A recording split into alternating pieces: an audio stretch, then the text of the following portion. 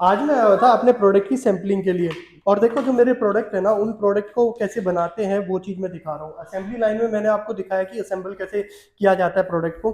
पर यहाँ पे बात हो रही है कि जो मेरे को अपना कस्टमर टारगेट करना है और जो प्राइस सेट करने हैं उसकी, तो उसके लिए मैंने बिल ऑफ मटेरियल अपना निकलवाया है, सॉफ्टवेयर कॉस्ट अपनी निकलवाई है, और जो फीचर्स मेरे को चाहिए वो फीचर, एडवांस फीचर और टेक्नोलॉजी, वो सारी इसमें अपग्रेड कराई है। और उन सैंपल्स का ना अब टेस्टिंग मॉड्यूल चल रहा है मेरा। तो जो टेस्टिंग में मेरे को प्रॉब्लम आ रही है उसको मैं ठीक करा रहा हूँ। एक ब्रांड बनाने के लिए ना ये सारे स्टेप आपको करने पड़ते हैं। मैं एक कॉमन मैन की तरह आपको ओपनली बता रहा हूँ। आप खुद सोच के देखो, मेरे कंपटीशन में आप लोगों में से कोई आएगा मुझे पता है। और अच्छा है, आओ यार, इंडिया में हम लोगों को सबको जॉब नहीं मिल सकती। जो सबसे जरूरी चीज है हम लोगों को करने के लिए, कि हम लोगों को कुछ ना कुछ ब्रांड बनाने पड़ेंगे। और ये टाइम आ चुका है। अगर हमने अभी ये 10-15 साल जो हैं वो यूज नहीं किए, क्योंकि हमारा जो देश है यंग देश है, और यंग देश को, यंग एनर्जी को जरूरत होती है काम की। और हम लोग जो है, एक टिकटॉक को बैन करने से, एक वीचैट को बैन करने से कंट्री डेवलप नहीं होती। कंट्री डेवलप होती है उनके लोगों की माइंडसेट से। देखो हमारा माइंडसेट क्या होना चाहिए, पहले उस चीज को समझो। हमारा माइंडसेट ये होना चाहिए कि जो हम कर रहे हैं उससे, जैसे ये लोग कर रहे हैं, देखो ये कितनी मेहनत कर रहे हैं एक प्रोडक्ट को बेचने के लिए। कंपनी के ओनर नहीं है, ये कुछ पैसों के लिए काम करते हैं यहाँ पे। बट डेडिकेशन देखो, हम लोगों के अंदर ये काम, ये भावना होनी चाहिए कि हमें जो कंपनी के लिए काम कर रहे हैं तो हम अपना 100% दें।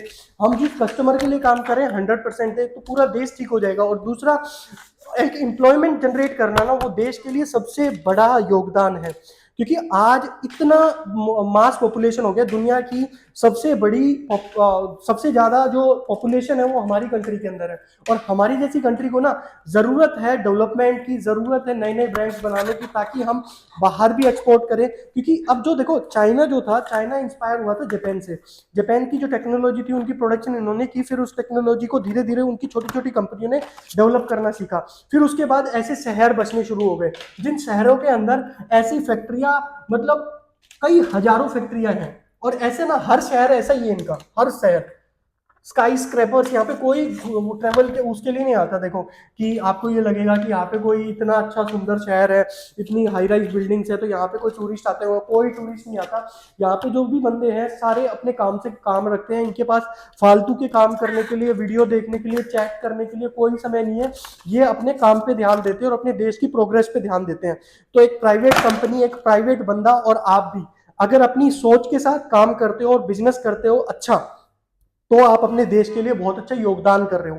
तो यहाँ पे जो बात हो रही है, ये लर्निंग क्यों चली हुई है, मेरे को कोई फर्क नहीं पड़ता ये वीडियो कल बंद कर दूं मैं बनाना। मेरे को जो फर्क पड़ता है कि आप में से अगर कोई 2-4 बंदे भी एक अच्छा ब्रांड बना लेते हैं और लाइफ में वो सक्सेस हो जाते हैं, तो वो अपना पहला स्टेप जो है उसका श्रेय मुझे देंगे।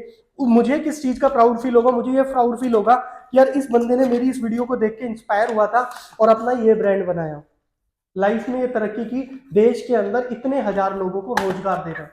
ताकि मेरे जाने के बाद जो पीछे लोग हैं वो उस इंस्पिरेशन से, उस कड़ी को कड़ी से जोड़ते रहे और एक अच्छा काम करते रहे। तो मैं आप सभी से फिर यही रिक्वेस्ट करूंगा कि सभी को मिलके ना ये ब्रांड डेवलपमेंट, ओईएम, ये चीज सीखो। ट्रेडिंग मत सीख करो। ट्रेडिंग में क्या होता है, ट्रेडिंग में आप अपनी इकोनॉमी को ना हार्म कर रहे हो।